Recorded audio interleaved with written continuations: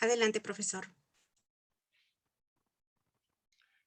Muy buenas tardes con cada una y uno de ustedes. Es realmente un gusto estar esta tarde reunidos con mis colegas, pero sobre todo en el espíritu de este encuentro anual de investigación, estar reunidos con ustedes para tener este conversatorio que desde una mirada interdisciplinaria, ciertamente aquí estamos encontrados antropólogos, sociólogos, geógrafos, y también una mirada desde el derecho.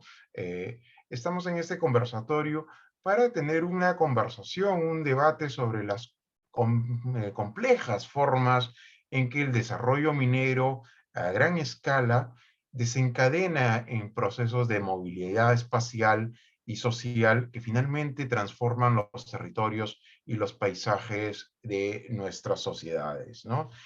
Sin más preámbulo, para no quitar tiempo a lo que realmente interesa, que es la conversación, vamos a dar pase a las ponencias que hemos preparado, ¿no? La idea es que vamos a conversar por 12 minutos cada uno de nosotros, para después de ello tener los comentarios y los aportes que hará la profesora Urtiaga, ¿no? Si ustedes tienen algún comentario, alguna pregunta, pueden colocarlo en el chat, que nosotros lo vamos a recoger para al momento final. Vamos a tener una ronda de cierre de 3 minutos cada uno, ¿no? Antes de continuar, yo doy pase a mi colega y compañero de especialidad, el profesor Gerardo Damonte, con quien estamos coorganizando este evento. Muchas gracias, Tocayo. Bienvenidos a todos a esta reunión, a todos los que están siguiéndonos tanto por Zoom como los que nos siguen también en otras plataformas. Yo básicamente lo que voy a hacer es tratar de darle el espacio para comenzar con las ponencias. Hemos organizado las ponencias en orden alfabético de nuestros apellidos y por eso vamos a comenzar con mi tocayo Gerardo Castillo. Yo lo voy a presentar mientras él puede ir compartiendo su ponencia. Entonces, Gerardo Castillo va a tener una presentación que está titulada Género y construcción de espacios diferenciados en el contexto de desarrollo minero en los Andes norte del Perú. Gerardo Castillo es antropólogo y geógrafo. Recibió su doctorado por la Universidad de Queensland, en Australia. Su labor académica cubre la producción de representaciones de la ciudad contemporánea a través de la literatura, la fotografía y la pintura, así como los procesos de modernización y cambio que experimentan poblaciones rurales en contexto de desarrollo minero. Recientemente ha publicado Local Experiences of Mining in Peru, Social and Spatial Transformations in the Andes. Es director actualmente, además, de nuestro programa de doctorado en antropología y coordinador del grupo de investigación de antropología de la ciudad en la Universidad Católica. Sin más, le dejo la palabra a Gerardo para que pueda empezar con su presentación. Muchísimas gracias, Tocayo, por la presentación, ¿no? Y ahí no tengo más que decir, además de sonrojarme por lo que ha señalado. En verdad, como lo han experimentado diversas poblaciones rurales en el mundo, a menudo, en verdad es casi siempre, la minería ocasiona complejos cambios sociales, culturales, ambientales, políticos, y que además pueden acrecentar desigualdades, ¿no? Y las relaciones de género son una de las áreas en las que más dramáticamente se experimentan estas desigualdades, y ciertamente las actividades mineras afectan a hombres y mujeres de manera diferenciada, ¿no? Pero a pesar de esta enorme importancia de las relaciones de género y de su reconocimiento temprano en los estudios clásicos sobre migración, los estudios contemporáneos sobre los efectos que la gran minería desencadena ha privilegiado la perspectiva de los varones, ¿no? Entonces, en este contexto, esta breve ponencia propongo avanzar en la comprensión de algunas de las experiencias de las mujeres alrededor del proyecto de Cobre la Granja, ¿no? El material y parte del análisis está basado en mi tesis doctoral cuyo trabajo de campo se realizó el 2013, ¿no? Este estudio es un estudio de caso que se centra en el proyecto La Granja, que es uno de los depósitos de cobre no desarrollados más grandes del mundo, ¿no? Está ubicado en el caserío del mismo nombre, La Granja, en el distrito de Querocoto, en Cajamarca, ¿no? Como pueden ver en el mapa, ¿no? La granja contemporánea, este caserío, se forma de la desaparición y de la fragmentación de la hacienda que tiene el mismo nombre con la reforma agraria, ¿no? Pobremente conectada con los mercados regionales y con una agricultura de subsistencia, la granja era un espacio estancado en el que muchos de los jóvenes optaban por migrar a las ciudades de la costa o la Amazonía, ¿no? Pero en esta situación cambia drásticamente con el hallazgo del depósito de mineral en la década de los 80, ¿no? Y tras unos primeros trabajos que fueron abandonados, en 1994 la compañía canadiense Cambior obtiene los derechos de concesión e inicia un agresivo proceso de compras de tierra. En verdad utilizó estrategias que incluyeron amenazas legales y físicas con el apoyo del gobierno autoritario de Alberto Fujimori, ¿no? Y de esta manera la compañía presiona para que las familias vendan, ¿no? De aproximadamente 250 familias que vivían en el área, 150 vendieron sus tierras y migraron, ¿no? Sin embargo, el año 2000, ¿no? Ahí está la cronología, el año 2000 Cambior vendió sus derechos a la compañía BHP Billiton, ¿no? La cual, sin embargo, tras unos estudios, decidió que el proyecto no era viable y devolvió la tierra a las familias desplazadas. Un proceso obviamente más complejo de lo que yo señalo, ¿no? El 2006, la compañía Río Tinto obtuvo los derechos e inició nuevas actividades de exploración, ¿no? Y establece un programa agresivo de empleo local. Entonces, trabajos relativamente bien pagados, con sueldos 3 veces mayor de los usualmente pagados localmente, oportunidades para pequeños negocios y las expectativas para negociar negociaciones ante un eventual resentamiento promovieron una enorme afluencia de retornantes.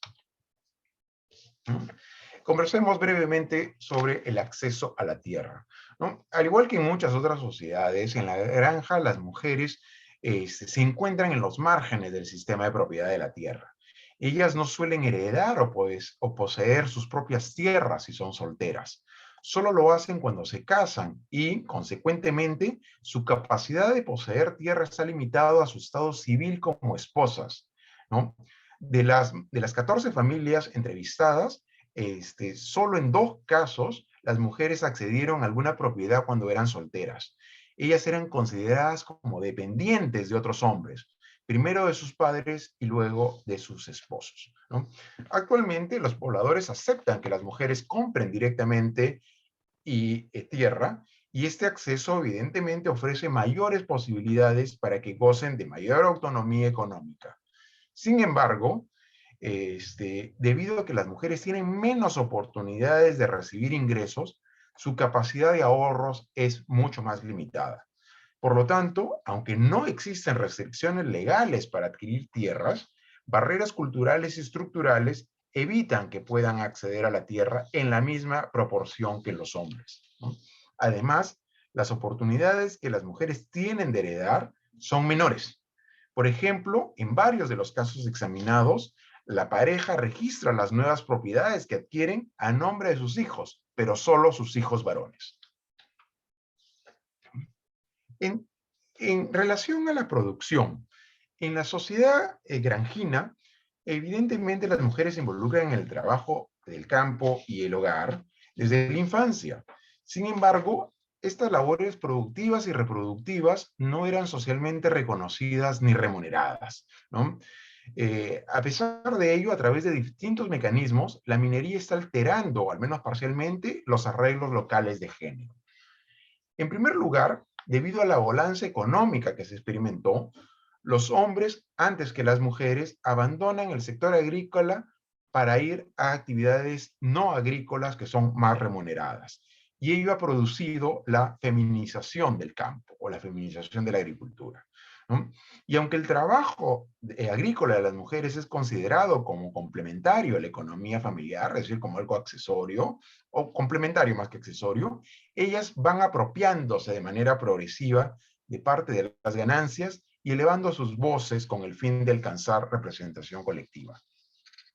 Sin embargo, conviene notar que las mujeres han recibido menos beneficios económicos de las 3 últimas compañías mineras, en tanto ellas no son propietarias legales de la tierra. Y así las empresas han tendido a negociar directamente con los varones, ¿no? Esta situación empezó a cambiar. Debido a políticas antidiscriminatorias implementadas por Río Tinto, las mujeres están incluidas en el programa de empleo local y han formado una ronda campesina femenina con el objetivo de gestionar su propio reclutamiento, ¿no? Se calcula que un cuarto o una de 4 trabajadores son mujeres en el programa de empleo local. Sin embargo, esas oportunidades laborales han implicado una sobrecarga en las mujeres porque no cuestionan la distribución del trabajo doméstico, ¿no? Y ahí tenemos una cita que ilustra esa dificultad, ¿no? Con respecto a la movilidad, ¿no? La experiencia de movilidad espacial, muy relacionada con la social, de las mujeres era muy limitada en la localidad, ¿no? Esa es una cita de una de las pobladoras, ¿no? Hoy en día, ello ha cambiado parcialmente. Tienen mayores oportunidades y menos restricciones para salir del pueblo e ir a diferentes localidades de la región. Incluso algunas de ellas tienen un registro migratorio que va a incluir ciudades como Cañete, Lima o incluso Loja y Buenos Aires, ¿no? Pero a pesar de esos niveles de mayor movilidad espacial nunca antes visto en las mujeres, especialmente las jóvenes, son los varones los que continúan teniendo muchísimo mayor movilidad, tanto en términos de distancia como en términos de tiempos, ¿no? Los viajes que las mujeres hacen tienden a ser más cortos en distancia y duración. La extendida división sexual del trabajo es la principal barrera para su movilidad. Ciertamente las entrevistadas afirman que es difícil para ellas alejarse del pueblo por muchos días, porque deben hacerse cargo de los niños o los ancianos y realizar tareas domésticas, incluyendo el cuidado de animales menores y huertos familiares. Nuestro último punto es representaciones, ¿no? En la granja, el proyecto minero funciona como un hito temporal y geográfico, a partir del cual las personas de la localidad elaboran sus representaciones del pasado, del presente y del futuro del pueblo, ¿no? Y para muchas personas, los cambios acarreados por el proyecto son representados como una tensión, a veces irreconciliable, una tensión entre, de un lado, futuras oportunidades económicas y procesos de movilidad espacial y social, y de otro lado, la destrucción, la desaparición del lugar, ¿no? A lo largo de estos dos ejes, hombres y mujeres se posicionan a sí mismos de forma compleja. Así, las personas mayores y los hombres tienden a construir una Arcadia rural pasada, de paz y armonía, bucólica vida agraria, abundante producción y sólidos vínculos sociales y culturales. No Quedan 2 obstante, minutos, Gerardo. perfecto, voy acabando. Otros miembros de la sociedad granjina, especialmente las mujeres, contestan estas representaciones y rechazan esa narrativa, ¿no? Ellas objetan la visión de una sociedad patriarcal pacífica, la cual oculta los conflictos sociales, las peleas callejeras, el fuerte consumo de alcohol y sobre todo la violencia doméstica, ¿no? Mis reflexiones finales, espero poder concluir, ¿no? Dos ideas, ¿no? El desarrollo de un proyecto minero a gran escala que desafía arreglos sobre la propiedad de la tierra, el acceso a empleos remunerados y la participación en espacios colectivos, tiene el potencial de redefinir ordenamientos de género.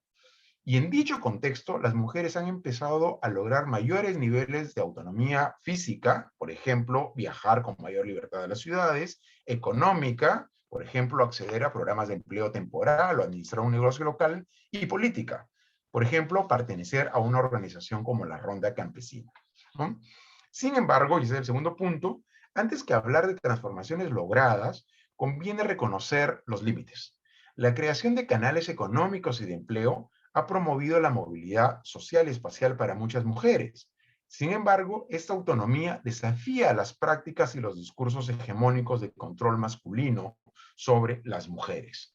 Un desafío que en muchas ocasiones enfrenta a formas de violencia de género y a narrativas moralizantes, ¿no? Ahí tenemos uno de estos ejemplos, ¿no? Mi última idea, ¿no?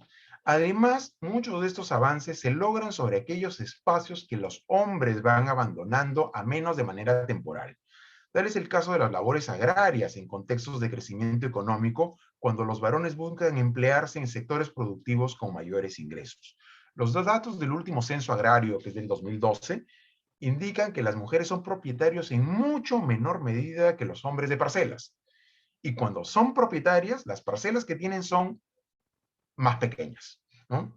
Asimismo, a pesar de su aporte significativo, a las mujeres no siempre se les permite participar en los espacios de decisión colectiva y de los beneficios que los proyectos extractivos puedan generar, ¿no? Además de factores como niveles educativos o la violencia ejercida, la persistencia de una inequitativa y jerarquizada división sexual de las labores domésticas explica esta situación, ¿no? Así, la encuesta nacional de uso del tiempo, que es del 2011, encuentra no solo que menos hombres participan en labores propias del hogar, sino que lo hacen con menos tiempo. Para mencionar un solo rubro, los hombres dedican 4 horas a la semana a la preparación de alimentos frente a las cerca de 14 horas de las mujeres. Con esto a cabo, a pesar de que es posible entonces argumentar que los avances en los niveles de autonomía que las mujeres de la granja han logrado no son permanentes, tienen retrocesos, son fragmentados, no están ausentes de violencia, ni necesariamente han sido planeados ni están consolidados, estos avances representan el mejor ejemplo de la valía de la continuidad de las luchas de las mujeres por construir espacios más equitativos. Muchas gracias. Gracias, Gerardo. Ahora te paso a ti la moderación.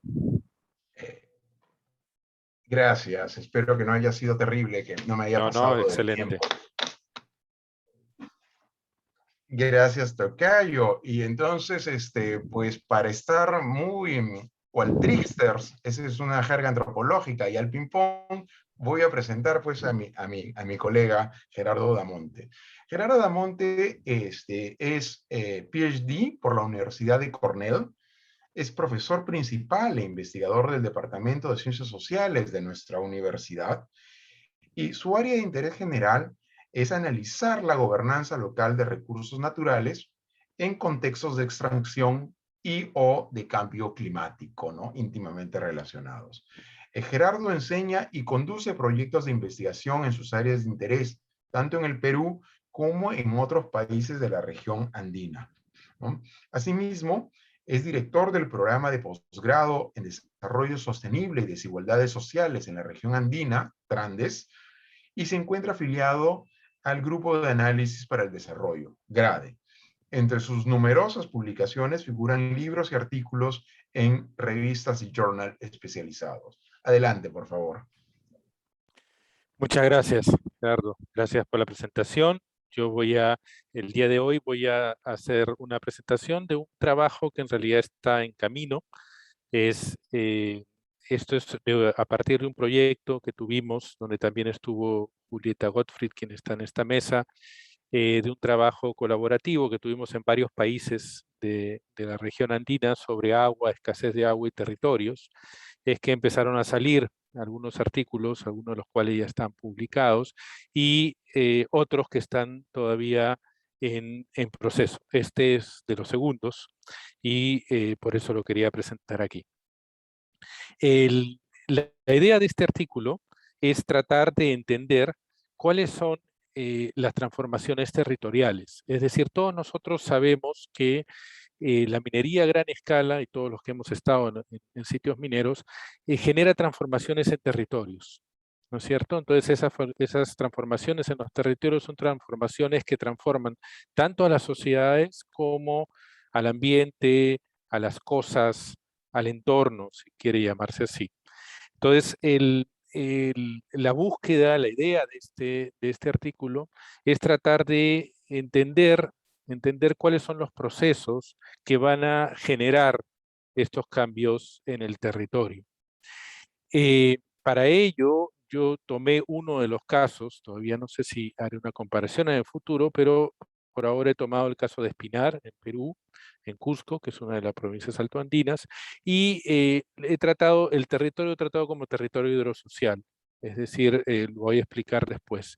El argumento general de este artículo es que las transformaciones pueden entenderse en tres dimensiones que están interrelacionadas, que son la visión de desarrollo, conocimientos y intervención humana, que quiere decir transformación en la materialidad. El trabajo tiene una perspectiva teórica de ecología política y trata de enfocarse dentro de una idea de transformaciones que se retroalimentan y que además son dinámicas. Entonces, lo que consideramos en términos teóricos es que cualquier tipo de estas transformaciones se van a dar en el tiempo de manera dinámica y van a afectar o van a darse a partir de flujos. Esos flujos que tienen que ver con la mesa que estamos tratando, que son flujos tanto de personas como de materialidades. Y la hipótesis en todo caso es que la minería a gran escala genera un marco en donde estas transformaciones físicas, sociales y ambientales se retroalimentan y pueden mirarse como estos flujos a partir del tiempo. Entonces pasamos a lo que sería el caso. El caso de Espinar es una provincia altoandina de Cusco, como muchos de ustedes deben saber, y donde ha habido minería hace mucho tiempo.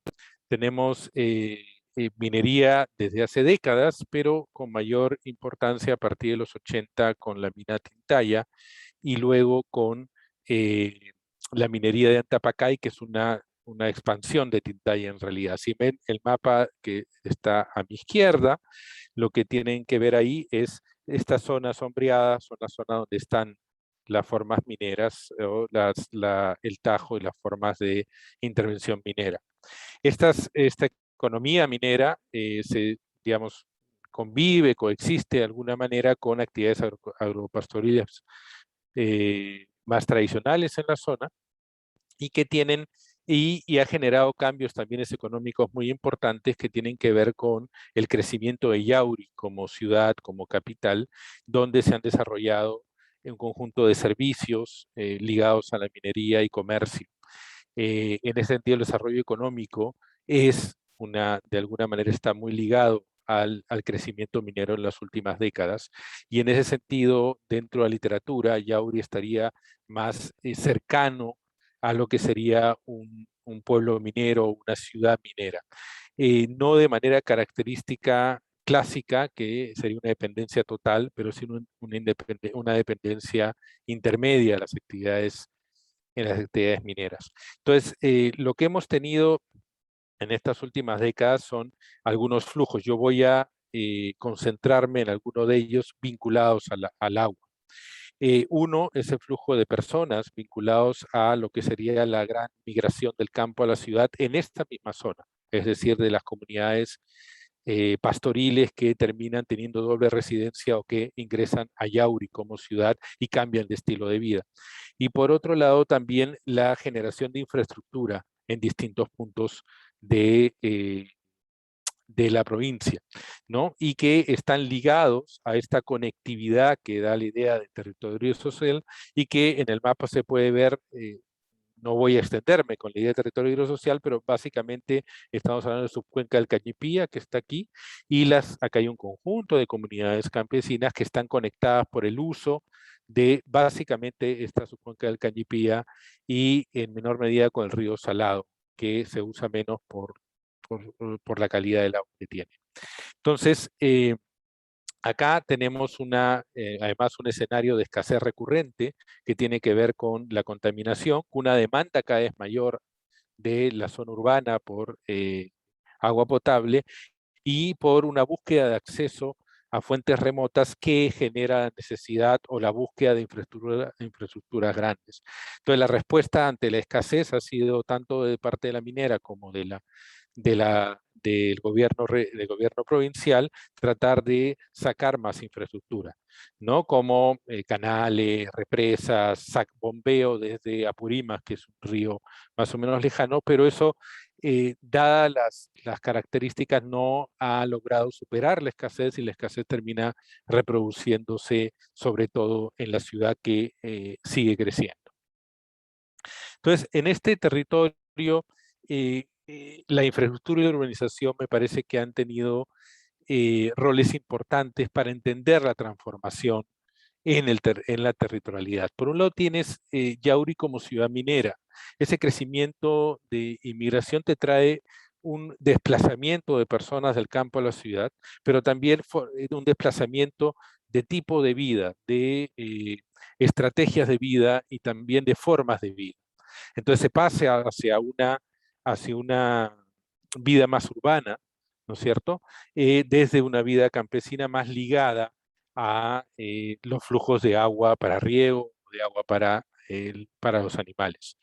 Eh, Igualmente, la infraestructura, esta se refleja en dos lados. Por el lado hídrico se refleja en todas estas represas, canales, bombeo de agua, pero también en la gran ciudad se refleja a partir de estas grandes construcciones. Yo he puesto una foto de un coliseo que están construyendo ahí, que como ven es una estructura bastante grande, pero que tiene que ver también con expectativas. Y eso es algo importante dentro de mi argumento, porque lo que nos está mostrando es cómo no estamos hablando solamente de desplazamiento de población a partir de la minería, que tiene que ver con contaminación, sino también con aspiraciones hacia formas de modernidad vinculadas a esta idea de infraestructura. O sea, la infraestructura termina siendo una respuesta no solo de la minera, sino también una respuesta desde la población. Entonces, esta reproducción de la escasez se da dentro de una transformación territorial en donde además de este flujo de personas tenemos esta infraestructura gris, centralizada de agua potable y que no termina de generar una oferta de agua necesaria para cubrir la demanda, con lo cual la carencia de agua se reproduce. Entonces, lo que tenemos son transformaciones territoriales que tanto en población como en materialidades, que lo que hace es una reproducción de esta escasez hídrica generando insostenibilidad a largo plazo. Entonces, ¿cómo planteo yo verlo? Y este es el centro del artículo. Primero, en visiones de desarrollo, que por un lado existe una vocación extractiva desde el poder, desde una imposición, si se quiere, desde el Estado central, y digamos una visión de desarrollo global en donde el territorio de Espinar se ve como un territorio especialmente fértil para la minería. Y entonces esa vocación se impone dentro de las actividades que se puedan dar en la localidad. Y con esta vocación impuesta tenemos entonces el desarrollo de infraestructura, el desarrollo formas de desplazamiento de población, etcétera. Es un modelo de desarrollo donde persiste esta idea de modernidad, donde la respuesta local es otra vez ese flujo, ¿no?, de desplazamiento, pero también de migración voluntaria, como respuesta en búsqueda también de una vida mejor, una expectativa de modernidad o de una forma urbana más grande. Tenemos también una disputa en términos de prácticas y conocimientos. Ahí es interesante porque si bien en términos de la idea modernista de desarrollo hay una hegemonía de alguna manera de esta idea de lo urbano y de la infraestructura como algo mejor, en términos de prácticas y conocimientos hay mucho más disputa y está vinculado ahí mucho el conflicto que existe y que es permanente en esta zona. Entonces lo que se tiene es una pérdida comunal del control hídrico y también ritual de ese control territorial. ¿Por qué? Porque las comunidades empiezan a depender de una infraestructura que no es manejada por ellos, como estos canales grandes o las represas, para el acceso al agua, pero también porque migran y porque dejan el territorio y cambian de vida. Entonces dejan de tener un control territorial sobre el territorio rural eh, eh, en, de manera gradual. También porque hay unas disputas sobre otro tipo de transformaciones, como es la contaminación del agua, y en donde las causas de esa de esa contaminación también están en disputa desde saberes expertos, saberes locales, y donde lo que hay entonces es una pugna general y conflicto a partir de qué es verdad o qué conocimiento se da.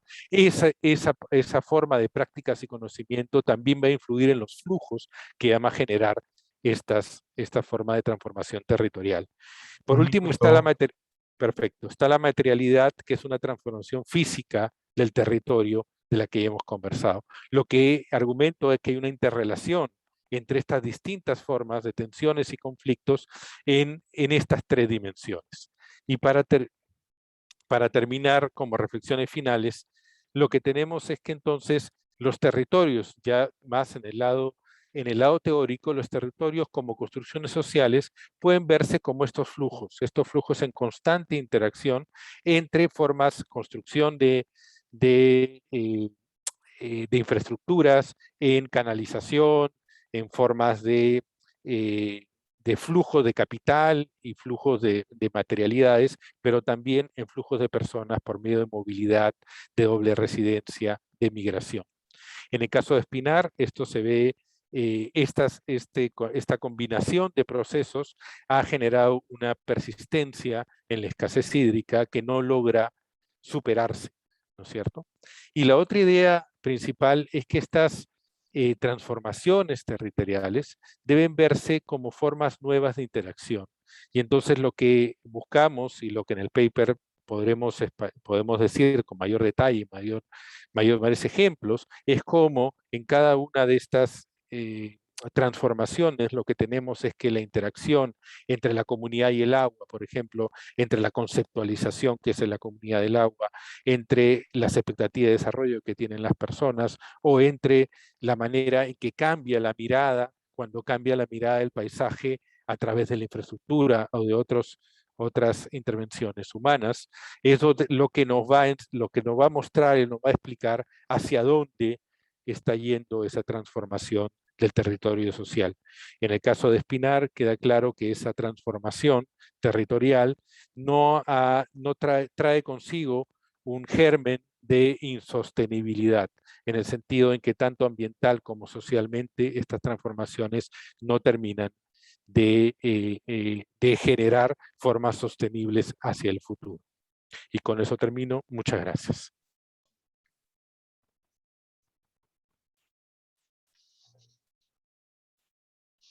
Muchísimas gracias, Gerardo, por la presentación y también por haberte mantenido a tiempo, ¿no? O con el tiempo. Entonces ahora damos pase a nuestra colega Julieta Gottfried, que nos acompaña muy gentilmente en nuestra mesa. Eh, Julieta es licenciada en Sociología y magíster en Investigación en Ciencias Sociales y doctora en Ciencias Sociales por la Universidad de Buenos Aires. Además, ella es investigadora postdoctoral del FONDECYT en el Centro de Estudios Avanzados de la Universidad de Playa Ancha, en Chile, y sus investigaciones se centran en la gobernanza de los recursos naturales, las estrategias empresariales del sector minero y los conflictos sociales alrededor en torno a la minería a gran escala en Argentina y Chile. Adelante, Julieta. Bueno, muchas gracias, buenas tardes. El trabajo que voy a estar presentando hoy se denomina Estrategias Corporativas de Gestión Territorial y Comunitaria en los Andes, un análisis a partir del caso de Codelco en Chile, y constituye un avance muy preliminar de una investigación que está en curso.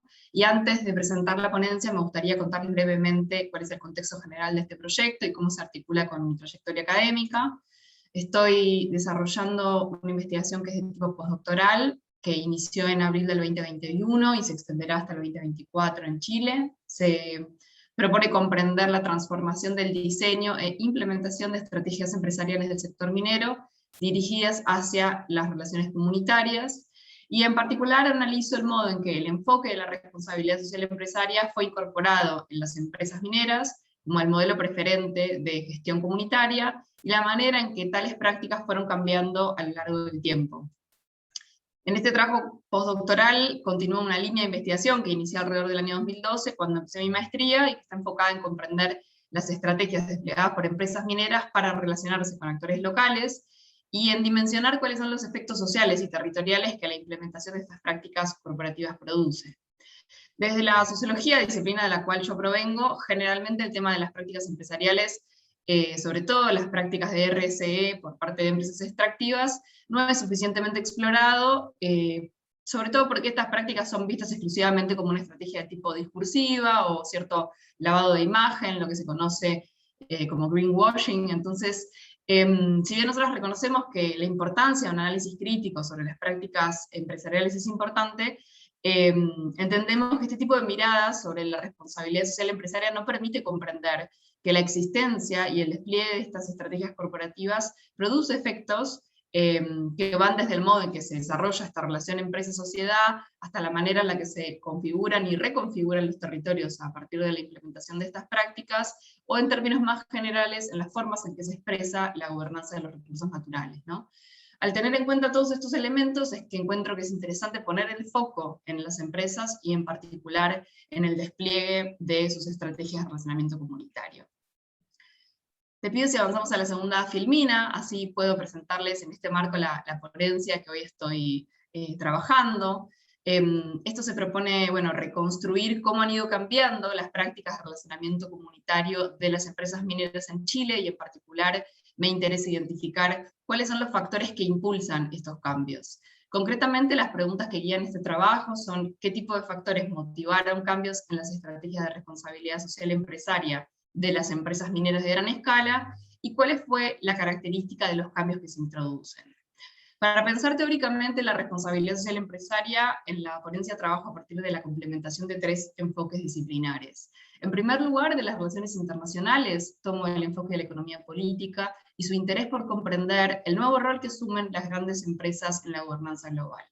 En especial, la noción de autoridad privada y la de régimen de regulación privada internacional nos permite entender que cada vez más los actores no estatales, como las empresas, intervienen en la generación de reglas o de estándares que son de tipo voluntarios y que regulan el comportamiento de una diversidad de actores en determinadas esferas socioeconómicas, como es, por ejemplo, el de la gobernanza de los recursos naturales.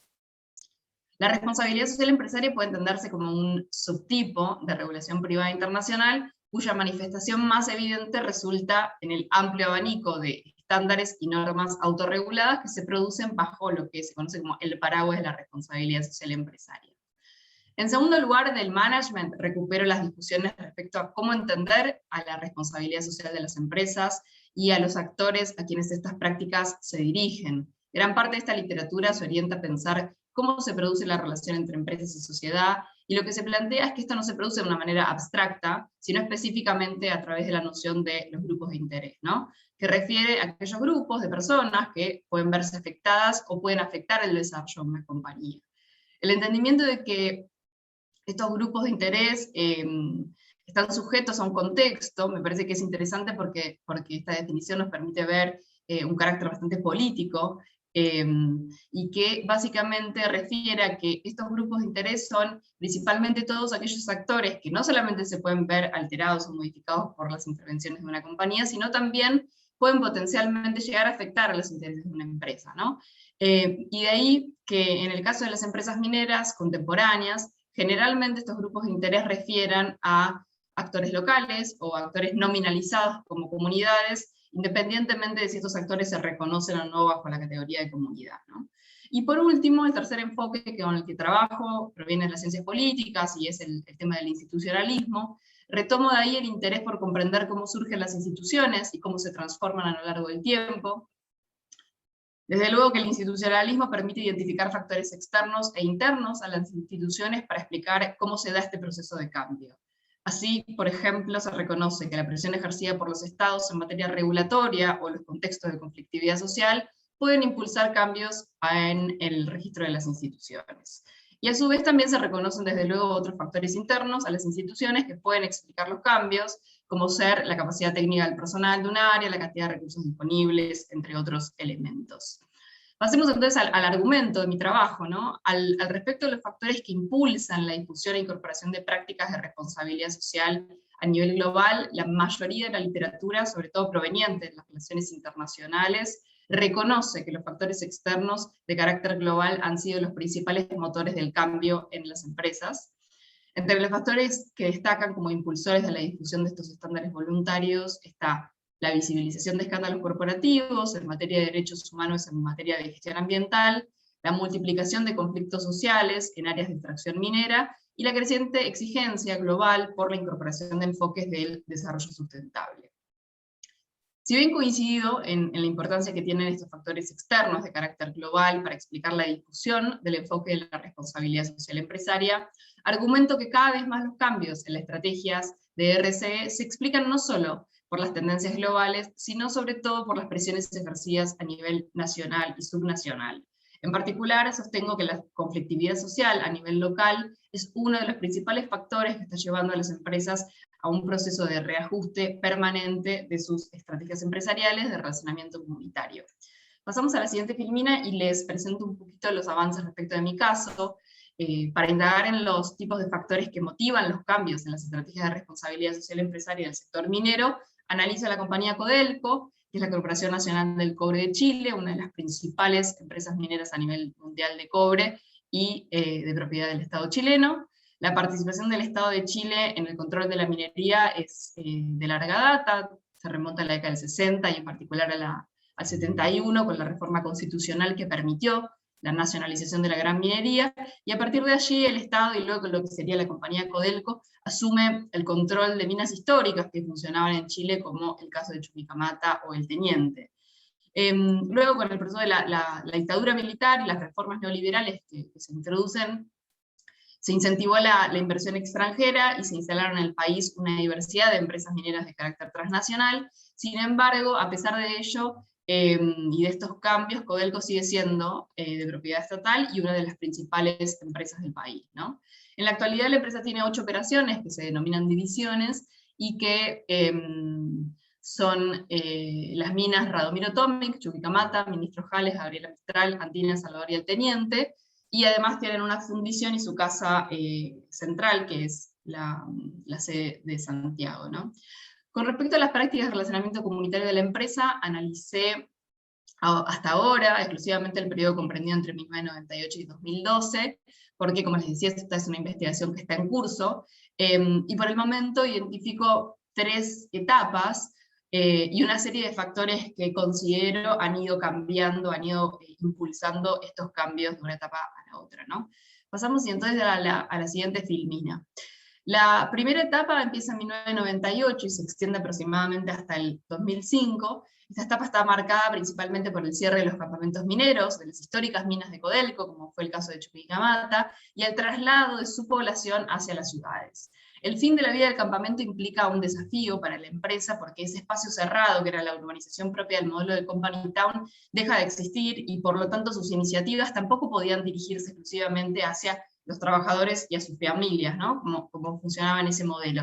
Por lo tanto, el cierre y el desplazamiento implica una serie de desafíos, pero principalmente 2, y es identificar hasta dónde llega la influencia territorial de las empresas en este nuevo modelo de actividad minera, y también identificar cuáles son los actores de la sociedad con los cuales se tiene que relacionar. El primer programa que desarrolló Codelco fue Buen Vecino, y en algún modo este nombre refleja la idea de que la mina se plantea como una suerte de vecino de los actores locales con los cuales tiene que relacionarse. El objetivo de este programa era promover la inserción de la empresa de una forma más abierta en ese entorno en el que se estaba instalando. Sin embargo, a partir del análisis de los reportes, sobre todo de los reportes entre el año 99 y el 2003, uno puede encontrar que las nociones tanto de comunidad como de área local no están estabilizadas. Hasta el 2013 aproximadamente la mayoría de las iniciativas se van concentrando en las ciudades en las que estos trabajadores de Codelco se instalaban, y que tenían que ver con este proceso de desplazamiento desde el campamento hacia las ciudades. Y también se destacan, Julieta. Bueno, perfecto, una serie de convenios y fundaciones que aparecen en esta primera etapa.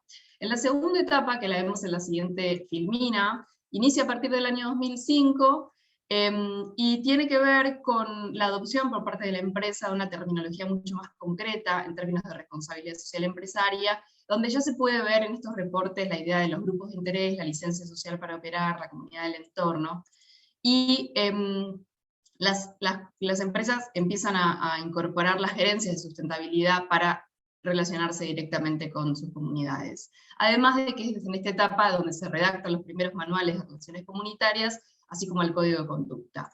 Yo encuentro que como factores que motivan estos cambios, sobre todo hay una serie de conflictos sociales. El primero tiene que ver con un derrame de relaves en la mina del Teniente que afecta un estero, el estero de Carem, y esto da lugar a una serie de acusaciones por parte de organizaciones sociales y fundaciones que motivan una reacción por parte de la empresa y donde se está exigiendo fundamentalmente una mayor regulación en términos ambientales. Y el segundo factor tiene que ver con un episodio de donación en un acto benéfico que realiza Codelco y que desemboca en una crisis para la institución porque esto no era algo de lo que podía hacer de esa manera, no podía generar donaciones.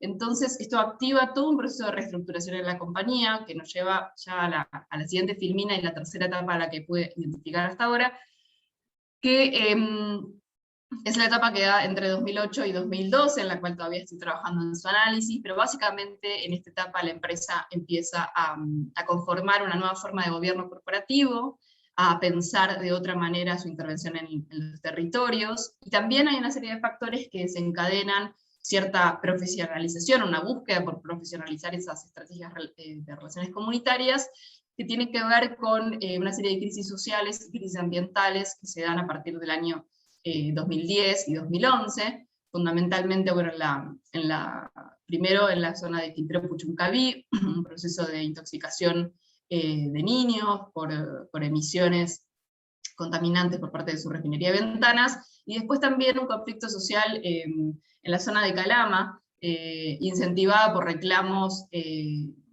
respecto de la distribución de los recursos que se generan a partir de la minería, ¿no? Entonces, estos cambios llevan a la empresa, sobre todo en el proceso del 2011-2012, a tener que buscar asesoría internacional para ver cómo hacían para repensar sus estrategias de relacionamiento comunitario. Ahí la Universidad de Queensland y otras organizaciones como Oxfam trabajan durante casi 3-4 años con los directivos de la empresa en un proceso de formación. Julieta. Perfecto, ya estoy llegando al final de la presentación. Y hasta el momento, estos son los avances en el estudio que estoy realizando sobre el caso de Codelco que puedo compartir con ustedes. Ya pasamos a la última filmina y agradezco. Como se puede visualizar en mi presentación, lo que he intentado es identificar una serie de factores que entiendo han ido impulsando cambios en el diseño y en la implementación de la estrategia de relacionamiento comunitario. Y bueno, por el momento no tengo reflexiones muy conclusivas para compartir, porque como les digo, es una investigación en curso, pero desde ya les agradezco esta oportunidad para presentar mis avances preliminares. Muchas gracias. Muchas gracias a ti, Julieta. Es fascinante. Además, es un área poco explorada desde las ciencias sociales, la RS, ¿no? Justo veo en los participantes, está Alfredo Anderson, entonces debe estar tan entusiasmado como yo de la presentación que has realizado, ¿no? Por los cursos que hemos venido dictando en gestión y sobre desarrollo y responsabilidad social. Nuevamente, gracias, Julieta. Y pues tenemos con nosotros al profesor Matt Himley, ¿no? Matt Himley es un viejo conocido del Perú, es un gran peruanista, ¿no? Es geógrafo con intereses en investigación en la ecología política y la economía política de las industrias extractivas, muy especialmente en la región andina. Ciertamente ha trabajado en el Ecuador y en el Perú. Recibió su doctorado en geografía en la Universidad de Syracuse en el año 2010 y actualmente es profesor asociado de geografía en el Departamento de Geografía, Geología y Medio Ambiente de la Universidad Estatal de Illinois, ¿no? Su investigación más reciente, en verdad tiene un registro de investigación amplio. Su investigación más reciente se centra en el papel histórico de la ciencia de la extracción de minerales y la formación de Estado y nación en el Perú, ¿no? Es coeditor de The Routledge Handbook of Critical Resource Geography, que se publicó muy recientemente, calentito, en este 2021. Adelante, Matt, con todo gusto. Bueno, muchas gracias, Gerardo, y buenas tardes a todos. Me gustaría primeramente agradecer a Gerardo Castillo y Gerardo de Monte por la invitación a participar en este conversatorio, en esta rica conversación. Y también quisiera agradecer a Patricia Urteaga por su labor como comentarista. El artículo que voy a presentar hoy se publicó hace algunos meses en la revista Political Geography como parte de un número especial que organicé con Andrea Marston de la Universidad de Rutgers. El número especial se llama Earth Politics, Territory and the Subterranean, y los artículos del número exploran cómo y con qué efectos se han territorializado los espacios subterráneos en diversas partes del mundo y en diferentes contextos históricos.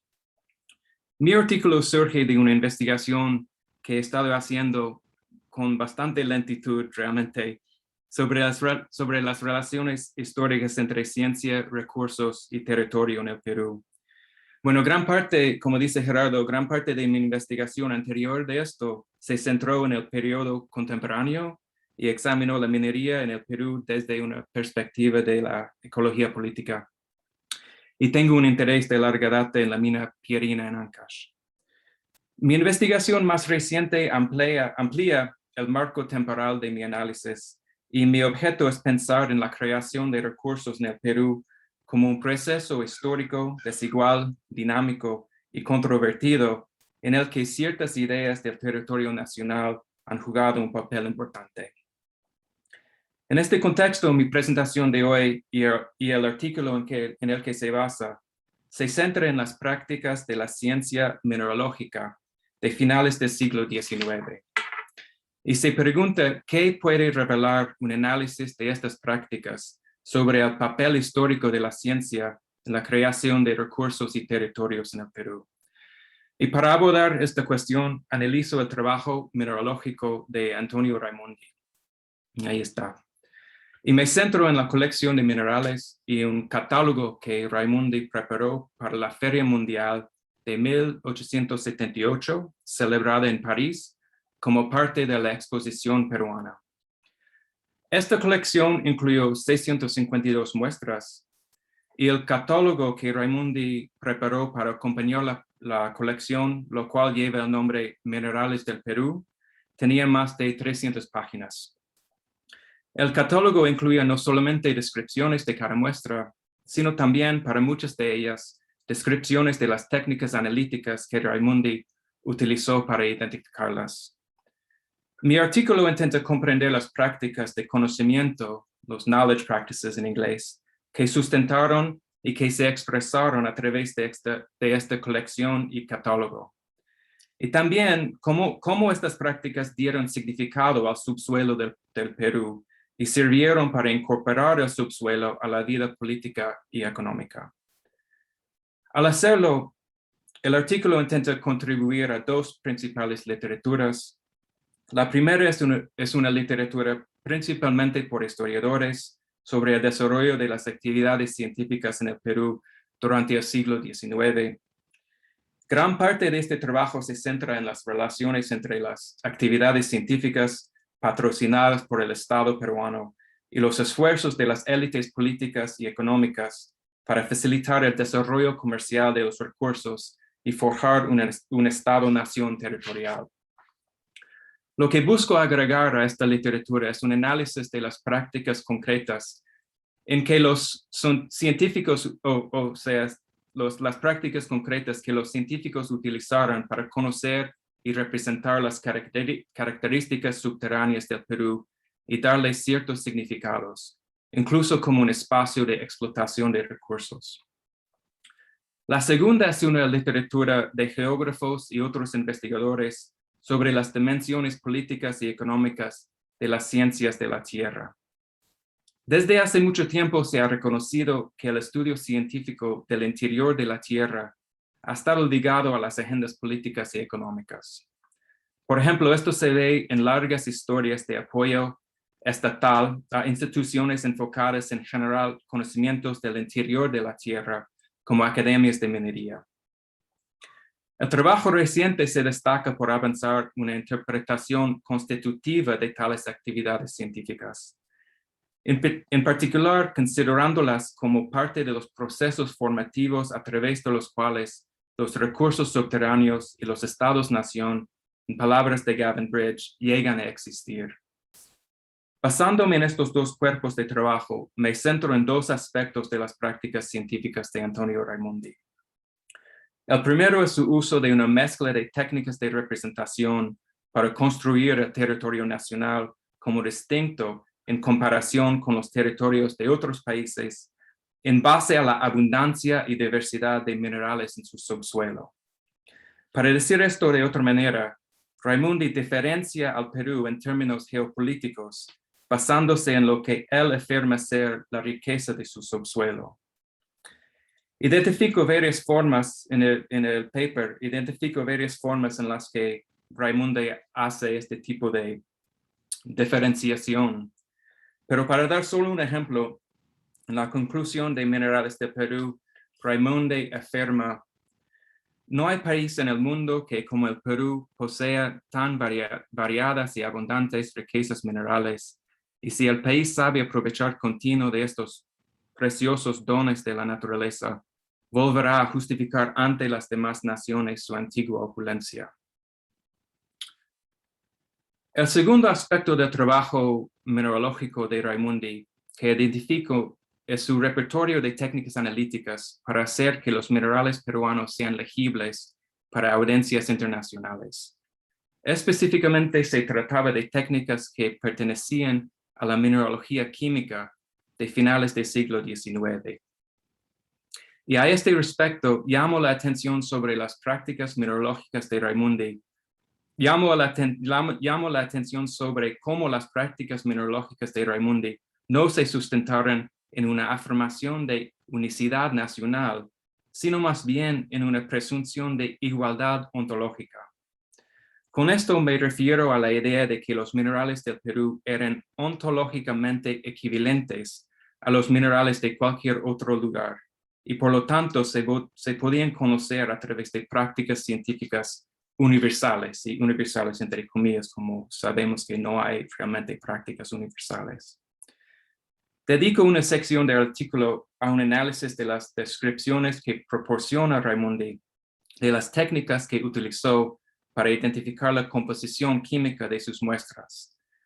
Y subrayo que este enfoque analítico estaba en línea con las tendencias generales en el mundo de la mineralogía científica en el siglo XIX.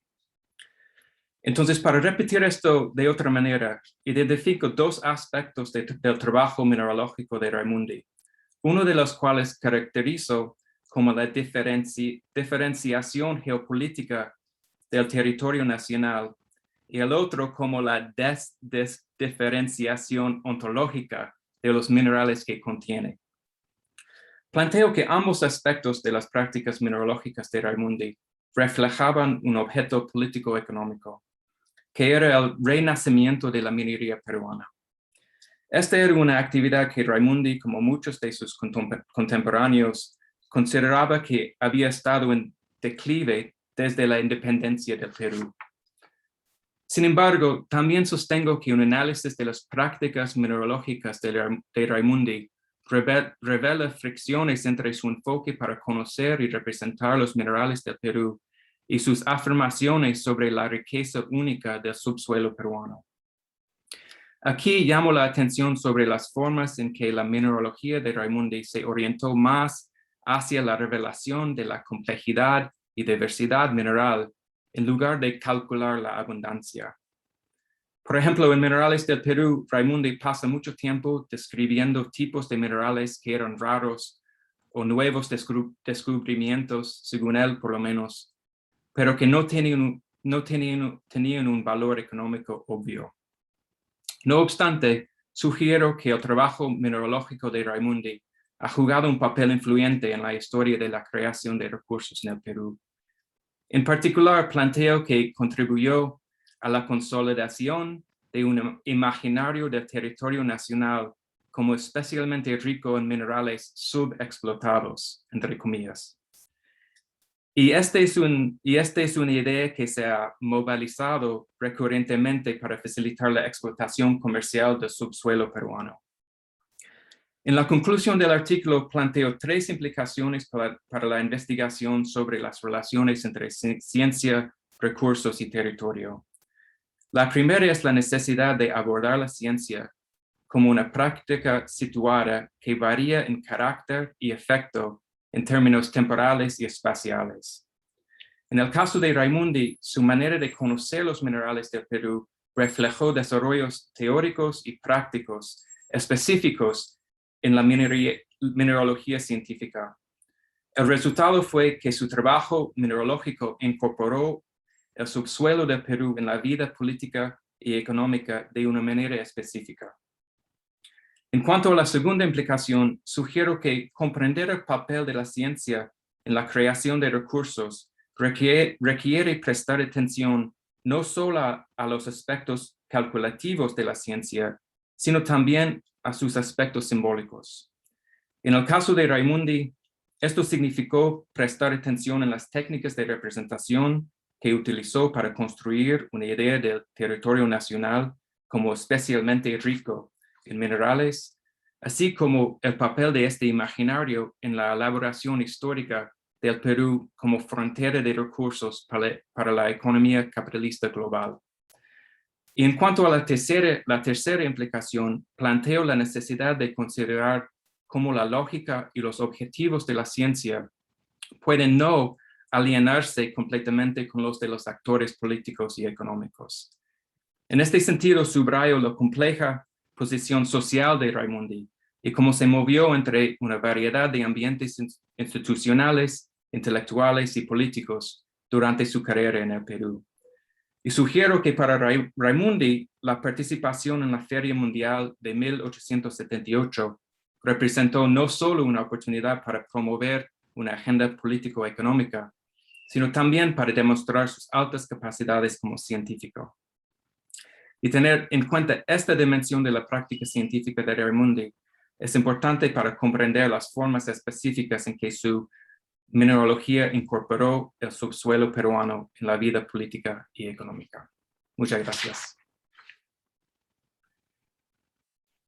Muchísimas gracias, Matt, no solo por la presentación, en verdad, a veces suena una cuestión de perogrullo, pero como un debate de hace 150 años se vive tan actual, ¿no? Debe ser nuestro último panorama político. Justamente una de las estrategias que se utiliza es volver a esta riqueza minera como parte de los milagros de salvación de nuestra Estado-nación. Muchas gracias, Matt. Gracias, Gerardo. Por ello, por la conversación que estableces, y en ese espíritu de diálogo muy interdisciplinario que tenemos, agradezco y presento a Patricia Orteaga, que tiene la enorme gentileza de haber leído nuestros trabajos y para comentarlos. Patricia Orteaga Crobeto es profesora e investigadora de nuestra universidad, ¿no? Donde ella obtiene la licenciatura en Derecho y posteriormente ella logra un máster y un PhD en antropología, ¿no? Entonces los puentes que se tienden son enormes, en la Universidad de California, Berkeley, ¿no? Sus temas de investigación, que son muy diversos, versan sobre recursos naturales, derechos indígenas, industrias extractivas y agua, tanto en la Amazonía como en la región andina. Patricia, por favor. Y buenas tardes a todos y todas. En primer lugar, agradecer a los dos Gerardos, Gerardo Castillo y Gerardo Damonte, por su gentileza para que yo esté aquí con ustedes, ¿no? Acompañándolos en esta tarde. Bueno, yo he tenido el encargo, que espero honrar, de leer los 4 trabajos que se han presentado, y lo que les voy a alcanzar son algunas apreciaciones para mí ha sido un poco complejo, no sé cómo va a salir esto, pero espero que salga bien, porque ha sido un poco, difícil encontrar los hilos, ¿no? Pero creo que hay bastantes conexiones, ¿no? Entonces, primero voy a tratar de hacer un juego entre las cosas comunes y algunas cosas muy particulares de cada uno de los trabajos, ¿no? En primer lugar, bueno, mencionar que las aproximaciones teóricas son diferentes, ¿no? Tenemos a Matthew, que usa la geografía política, la economía política de la ciencia de la tierra subterránea, que a mí me pareció una cosa fascinante realmente, y que responde a algunas de las interrogantes que yo tenía cuando empecé a hacer trabajos sobre extractivas, ¿no? Entonces, por ahí, bueno, él entra un poco al tema, ¿no? Que desarrolla por ese lado. En el caso de Julieta, bueno, ella mencionó que había tenido necesidad de recurrir a las relaciones internacionales, a la economía política específicamente, al management, para entender esta idea de las relaciones corporativas empresariales, ¿no? Y los grupos de interés, y luego también a la ciencia política con el institucionalismo histórico. En el caso de Gerardo y sus coautores, él trabaja más desde la antropología, pero básicamente usa un poco la ecología política, ¿no? Sí, en el caso de Gerardo Damonte, y bueno, un poco de antropología crítica del desarrollo también, ¿no? En el caso de Gerardo, no lo he visto todavía, pero yo supongo que en algún momento va a aparecer, pero su aproximación es más por la antropología del cambio social, ¿no? De las transformaciones, de la modernidad, de las industrias extractivas y del género, ¿no? Entonces, tenemos diferentes entradas. Hemos visto, no voy a hablar de las temáticas porque ya ustedes han escuchado a los autores. Sí voy a mencionar un poco las dimensiones, ¿no? En el primer caso, en el caso de Matthew, por ejemplo, vemos la historia de un individuo, ¿no? Que es Raimondi, y su relación con dos actores, ¿no? Por un lado la comunidad científica y por otro lado el propio Estado peruano, ¿no? Que le hace un encargo especial, ¿no? Que además es un encargo no de cualquier tipo, sino es un encargo que contribuye a la formación de la nación, de una república que está naciendo y que se quiere presentar ante la comunidad internacional, ¿no? Entonces, es un encargo de magnitud, ¿no? El tema que trabaja Julieta más bien es la historia de una corporación y sus transformaciones, ¿no? Y bueno, ella trata de responder a qué factores responden estas transformaciones, ¿no? El caso que estudia Gerardo Castillo, ¿no? Es el caso de las relaciones de género en un entorno minero, ¿no? Y se ve mucho flujo, ¿no? Es muy difícil hacer generalizaciones. Hay como muchas transformaciones, algunas muy dramáticas, ¿no?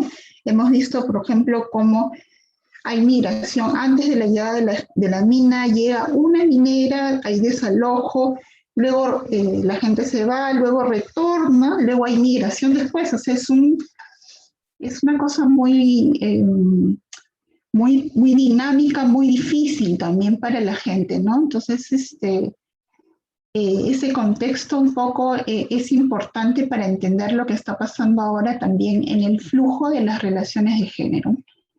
En el caso de Gerardo Damonte, bueno, no se trata del agua específicamente, no se trata de la mina, no. Si bien hay mina y si bien hay agua, el foco no está en el agua ni en la mina, ni en la región, ni en la ciudad, ni en la comunidad, sino en la infraestructura minera, ¿no? O sea, la infraestructura, ¿cuál es el impacto de esa infraestructura en el espacio local, ¿no? Entonces, estas son un poco las dimensiones que tratan los 4 autores, ¿no? No voy a hablar de la metodología porque no me va a quedar tiempo, más bien voy a ir de frente a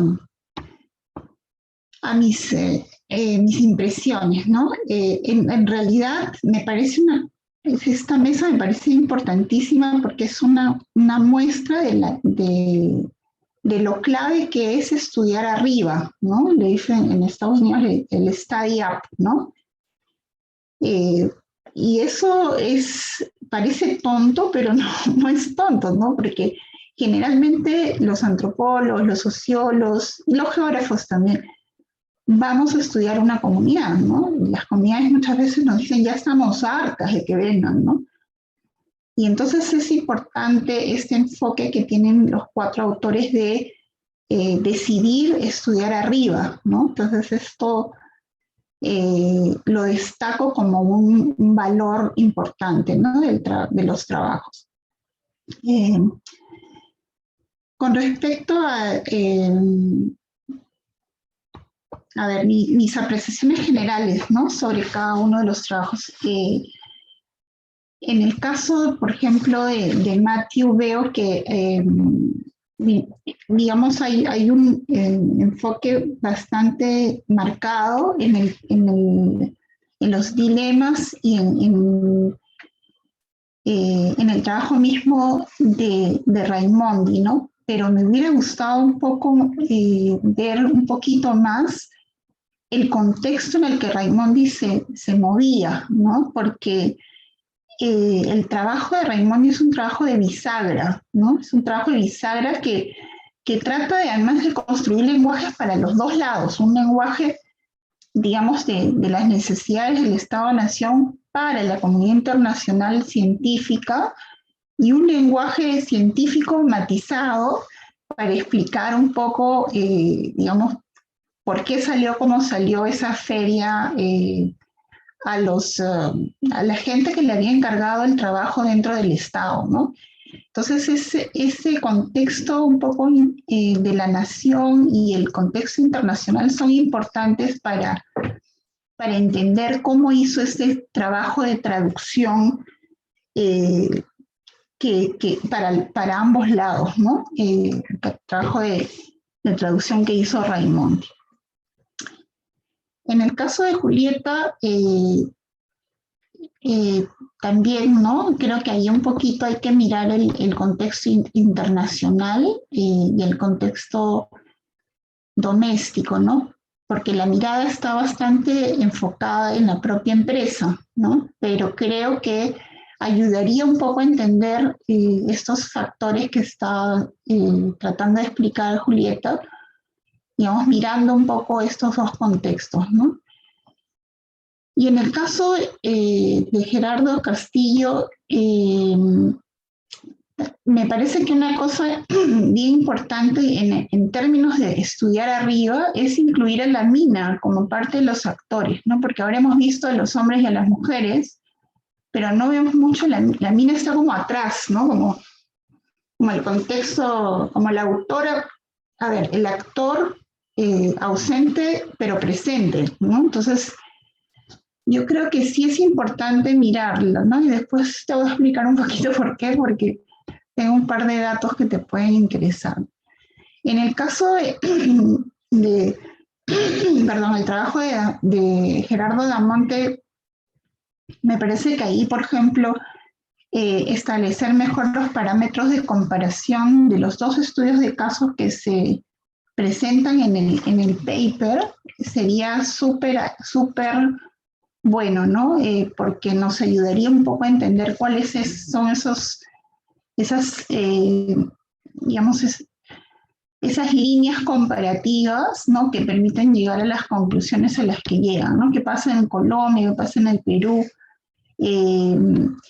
Y en el caso peruano, por ejemplo, si bien tú has mencionado que la ciudad de Yauri es el foco de atención, algunos datos sobre, por ejemplo, las infraestructuras que se construyen, ¿no? Por parte de diferentes actores, pero siempre mediados por la mina, aluden a usos que no son domésticos no son de consumo primario, ¿no? Necesariamente. Por ejemplo, se dice uso industrial o uso, me parece que uso para animales también, ¿no? Entonces ahí había que ver cómo es que esta infraestructura se condice, digamos, con la necesidad de proveer a la población de agua potable, ¿no? Y otro tema también importante allí es, bueno, esto no sé si lo has dicho, creo que no lo has dicho ahora en la presentación, pero en el paper está esta idea de la hegemonía, ¿no? Que bueno, ahora lo desarrollo un poquito más, ¿no? 2 minutos, Patricia. Estoy terminando. Bueno, a ver. Ya. En el caso, a mí me interesa mucho, por ejemplo, el trabajo de Matthew, este ensamblaje, ¿no? Que se produce, Patricia Sid le llama pentimento, ¿no? Y que revela estas continuidades históricas, ¿no? En este proceso, por ejemplo, me interesan estas políticas de valorización mercantil de la naturaleza, cómo se fragmentan, ¿no? En la ciencia y cómo esa fragmentación tiene un valor económico, ¿no? ¿Qué es el valor en el que está interesado el Estado peruano, ¿no? Entonces, en ese punto, por ejemplo, se conectan los intereses científicos con los intereses políticos de la nación peruana, ¿no? En el caso de Julieta, por ejemplo, yo diría que estas transformaciones que tú mencionas, ¿no? Que has mencionado que un poco te dicen que son más transformaciones externas que internas, perdón, internas que externas, habría que desarrollarlas un poquito más, ¿no? Porque yo pienso que en ese caso, por ejemplo, si se trata de estas transformaciones internas, ¿no? Lo que no se explicaría, digamos, si son las transformaciones internas las que determinan los cambios corporativos, ¿qué es lo que determina hacia dónde cambio, ¿no? Entonces, ese cambio hacia algún lado tiene que ser explicado por algún factor que no necesariamente son los cambios internos. Y la otra pregunta tiene que ver un poco con si digamos, si el peso está en los factores internos, ¿tendría que ser necesariamente eso igual para todas las corporaciones estatales o también se aplicaría a las corporaciones multinacionales, ¿no?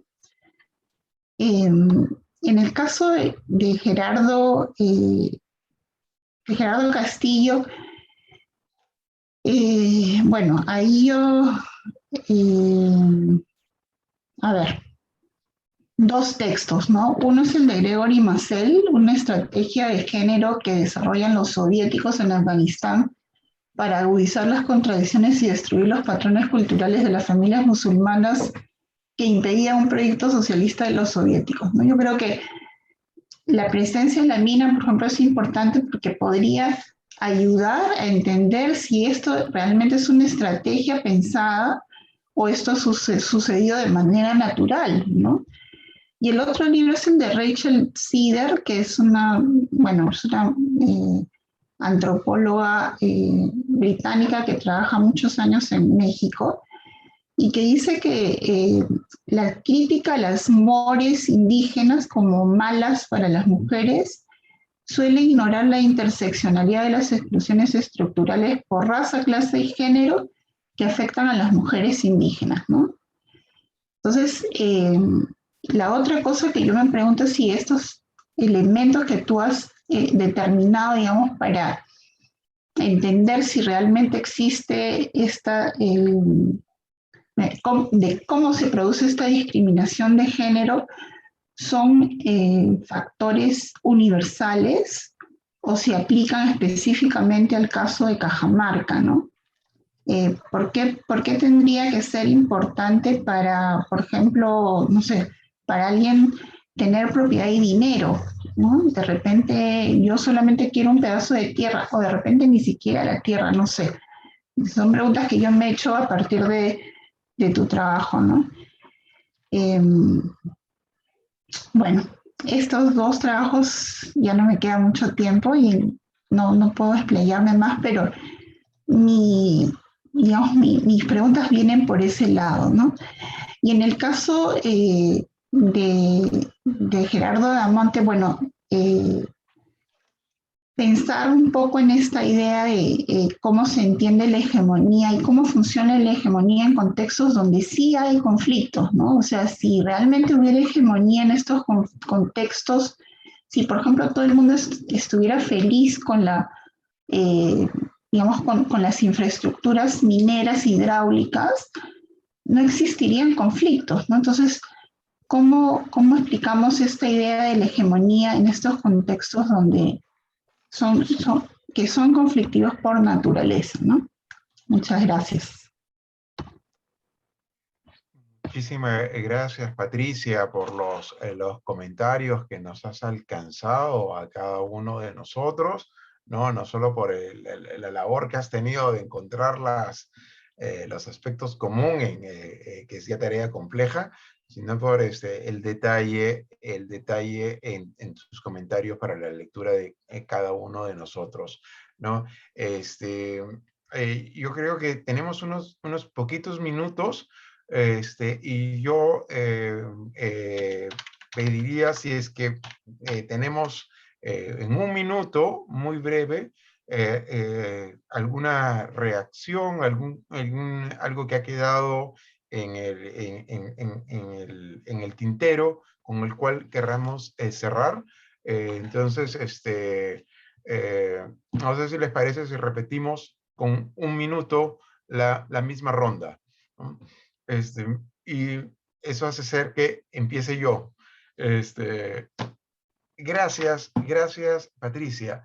Este artículo, o mejor dicho, estas ideas que estoy avanzando, surgen de la reflexión del trabajo que realicé el 2013, ¿no? Y de fondo, yo no lo he explicitado ni en el texto mismo, ni en la ponencia, está una idea de una discusión de la producción del espacio de Henri Lefebvre, ¿no? Entonces, que me parece sumamente potente, porque en su idea de la construcción del espacio, es que el espacio no es solo ni únicamente una materialidad, sino que son prácticas sociales, ¿no? Que a través de esas prácticas ligadas generalmente al trabajo es que se constituye como tal, y no solo a través de prácticas, sino a través de imaginarios, de las representaciones que se hace de ello, ¿no? Matt nos muestra, por ejemplo, ahí el valor de la construcción de esas representaciones, ¿no? De esa materialidad que es el mineral para la construcción del Estado-nación, ¿no? Sin embargo, en el LPF hay una idea que tiene que ver obviamente con el contexto en que trabaja, nadie escapa a ello, en que los hacedores de espacio por excelencia son el Estado o las empresas inmobiliarias, en el caso que está viendo, ¿no? Entonces yo critico ello y sostengo de que el espacio, ¿no? No solo es construido y producido por el Estado, y menos en esta idea de que también tomo algunas ideas de que vienen del sudeste asiático, del Estado híbrido, ¿no? En que el Estado y las formas de mercado tienen formas muy poco logradas en el país. Entonces son las poblaciones mismas las que han producido buena parte del espacio, ¿no? Y entonces lo que yo trato de examinar es, bueno, en estos procesos que a son sentidos como omniscientes, ¿no? Fuerzas globales y empresas que transforman el espacio, bueno, y por supuesto que no lo niego, me parece importantísimo, y he seguido conversaciones con funcionarios de varias de estas empresas. Digo, ¿qué pasa si ponemos el énfasis en la agencia de las propias familias, ¿no? Y en las estrategias que han seguido a lo largo de ciclos largos? A decir verdad, yo trato de ver 25 años, ¿no? De estrategias y con un fondo mayor, ¿no? Entonces, totalmente de acuerdo contigo de que la empresa es un actor importantísimo, por eso es omnisciente de alguna manera, ¿no? Y sus estrategias corporativas importan, por eso importan mucho los planes y las políticas de Río Tinto, que son diferentes a las de Cambior, ¿no? Tienen políticas conscientes, no siempre son intencionales los resultados que logra, ¿no? Pero mi énfasis está, que obviamente ilumina algo, pero oscurece otras cosas, está colocado en la agencia y en las estrategias desde las familias locales. Muchas gracias. Gerardo, mi tocayo. Gracias. Yo trataré de ser breve. Para darle espacio al resto de la mesa. Gracias, Patricia, por las siempre interesantes comentarios. Ahí, tal vez solamente centrarme en un aspecto que a mí me interesa particularmente, una de las líneas de investigación que estoy viendo, que es justamente esta idea de los conflictos no terminan siendo espacios binarios, como ambos sabemos, ¿no? Sino espacios donde surgen un conjunto de miradas que a veces están en oposición, pero a veces no. Yo he querido ver de alguna manera esa mirada, digamos, polivalente, o esa mirada, esas voces, distintas voces, desde algo que me interesaba, que era la infraestructura.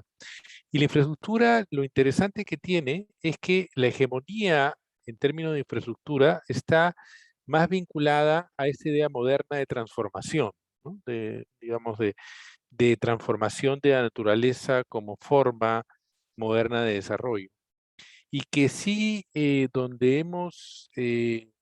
los sitios donde hemos trabajado, hay tanto desde la mina, desde de las poblaciones locales, esta idea de que distintas formas de infraestructura pueden, o de transformación de la naturaleza, pueden de alguna manera vincularse a un bienestar o a una forma de vida mejor.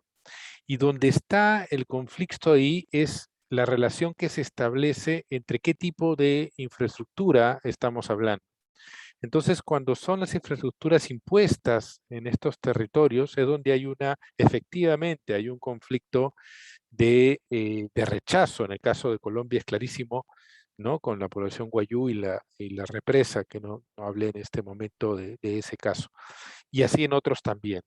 Sin embargo, eso no quiere decir que se esté en contra de la infraestructura en sí mismo, sino de que lo que la infraestructura representa. Y ahí es donde la polivalencia de esta transformación material es lo que a mí me interesa. Y entonces es como ver cuestiones como que tú tienes un conflicto por una represa y después de la discusión lo que quiere la comunidad es otra represa, distinta en otro lugar o más chica o algo que es. Entonces, no estamos hablando en realidad en ese sentido es que hablo de hegemonía, de esa hegemonía de transformación y que sirve mucho para esta idea de dominación territorial, porque al final del día, luego de múltiples conflictos, muchas veces el acuerdo surge en, bueno, ok, acordemos cómo transformamos, acordemos si hacemos una carretera o hacemos un colegio o hacemos, pero volvemos a esto, volvemos de nuevo a esta transformación, y la transformación sí es vista como todos los actores como algo hacia adelante. Y ahí es donde viene otra dimensión del conflicto, que es, ok, ¿quién tiene el saber para decir qué es lo que tiene que hacerse, cómo se tiene que hacer, qué prácticas son los que eso va a cambiar o no va a cambiar? Entonces, si yo hago la represa acá, o hago una canalización acá, o hago una cocha artificial en la parte alta, ahí la discusión es quién dice qué es lo mejor para conservar el agua o para mejorar, o que esa infraestructura, qué tipo de prácticas y conocimientos en qué tipo de prácticas y conocimientos se está basando y cuáles está invisibilizando o está yendo en contra de, ¿no? Entonces, esa es pero en todos los casos, y eso me pareció súper interesante, hay esta idea de transformación que es la que sostiene al final ciertos acuerdos a los que se va llegando en el transcurso del tiempo. Entonces, sobre eso es que estoy tratando de hilvanar, y en el caso de lo que en realidad fue Gerardo Castillo, mi tocayo, quien inició la conversación sobre este tema, tratando de ver cómo puedo hilvanar esta idea polivalente de infraestructura con cambios, con flujos de personas, es decir, infraestructura como cambios en el territorio y cómo eso puede vincularse con movilidad y migración en estos aspectos mineros. Pero bueno, ahí lo dejo y gracias nuevamente por tus comentarios y tu lectura. Gracias, tocayo. Julieta, tienes para, si gusta cerrar, de responder en el diálogo a las ideas lanzadas por Patricia. Sí, muchas gracias Gerardo, muchas gracias Patricia por tus comentarios. Bueno, aprovecho para ir a recuperar una dimensión de la cual no hablé específicamente a lo largo de la ponencia, pero de la presentación, pero está en el texto y que alude también a lo que Gerardo recién mencionaba en torno a la producción del espacio, ¿no? Y una de las dimensiones que a mí me resulta interesante de la implementación de prácticas de responsabilidad social empresaria es justamente la productividad que tiene en términos territoriales, porque justamente una vez que inician ya la etapa por fuera de los company towns, es decir, nuevos esquemas de urbanizaciones, y los trabajadores de estas compañías se insertan en lo que después se va a denominar estas áreas de influencia. Bueno, esto es justamente no solamente una nominalización, ¿no? Una forma de ponerle un nombre a esos lugares, pero sino también de lo que yo considero una topografía corporativa, es decir, son núcleos de espacios que se van interconectando unos a los otros, y que esa interconexión muchas veces está dada por la lógica de estas empresas, lógicas que no solamente tienen que ver con la necesidad extractiva, pero sino también con muchos otros puntos que se conectan, que conectan a la población, pero que también conectan a las partes de la extracción con la comercialización, o la extracción con la exportación, etcétera, ¿no? Entonces, ahí hay una dimensión que refiere a lo espacial, a lo territorial, que desde luego es clave para pensar las estrategias corporativas. Y por el otro lado, sí, sobre la cuestión de los factores que impulsan a estos cambios, desde luego que yo creo que son dos cuestiones muy articuladas, la de cómo los cambios globales fueron incentivando la difusión de estas prácticas de responsabilidad en el sector minero sobre todo, y ahí hay varios trabajos que ya han andado en ese camino, el de Dashwood y otros, en ese sentido, en el que muestran una serie de hechos claves, ¿no? Cómo hacer esta cronología de cómo se fueron incorporando estos conceptos y qué elementos de lo internacional favorecieron la llegada de estas prácticas. Sin embargo, en esa reconstrucción, y sobre todo, como digo, ha sido un trabajo que más que nada lo ha hecho desde las relaciones internacionales, otros factores que son externos también a la institución, o sea, a la empresa, pero de carácter nacional o subnacional, han sido menos estudiados, yo creo que por la emergencia o multiplicación de conflictos, sobre todo sociales y socioambientales, ¿no? Desde mediados de los 2000 a esta parte, me parece que son factores que tenemos que poder incorporar y desde luego hacer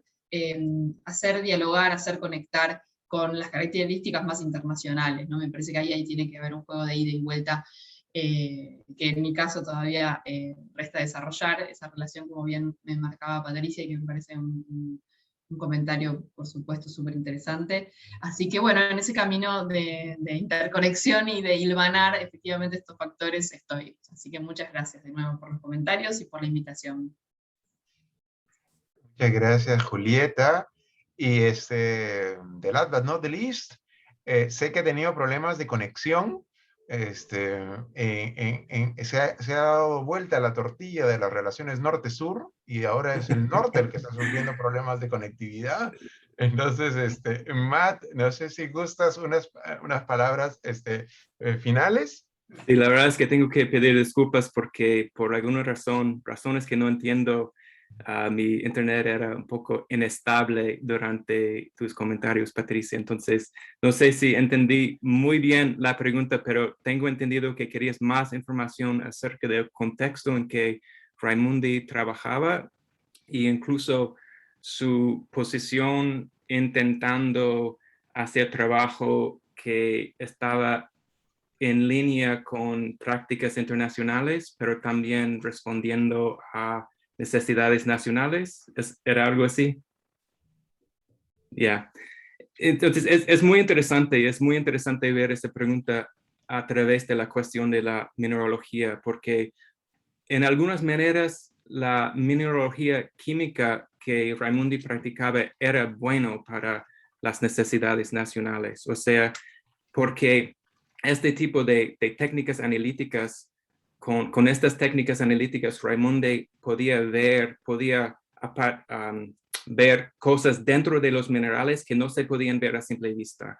O sea, podía reconocer minerales dentro de los, o sea, metales dentro de los minerales que no podían ver a simple vista. Y en esa manera, esos minerales podrían ser recursos. Pero de otra manera, o sea, ser famoso en el mundo de la mineralogía durante esta época no era como hacer análisis de la potencial económica de un depósito. Era descubrir nuevos minerales. Y descubrir nuevos minerales es un trabajo diferente al trabajo que realmente necesitaba el Estado peruano. Y se puede ver esa tensión dentro del mismo documento, yo creo. Entonces, sí, era interesante porque se movía entre varias como ambientes institucionales, científicos, cada ambiente con una lógica diferente realmente. Y creo que se puede ver dentro del mismo texto esas tensiones. Y bueno, muchas gracias. No me queda sino siempre el tiempo nos obliga a tener que hacer los cortes, ¿no? Y este es uno de esos momentos, ¿verdad? No me queda sino agradecer a cada uno de ustedes por la participación y por el diálogo que hemos establecido, ¿no? Uno muy especial, tanto a Patricia como a Julieta y Matt, que gentilmente nos han acompañado, pero sobre todo a cada uno de ustedes que desde la conexión de Zoom o desde el Facebook nos está acompañando en este diálogo, ¿no? Entonces, pues no me queda sino darle el pase a mi colega para las palabras finales y todo un gusto. Gracias.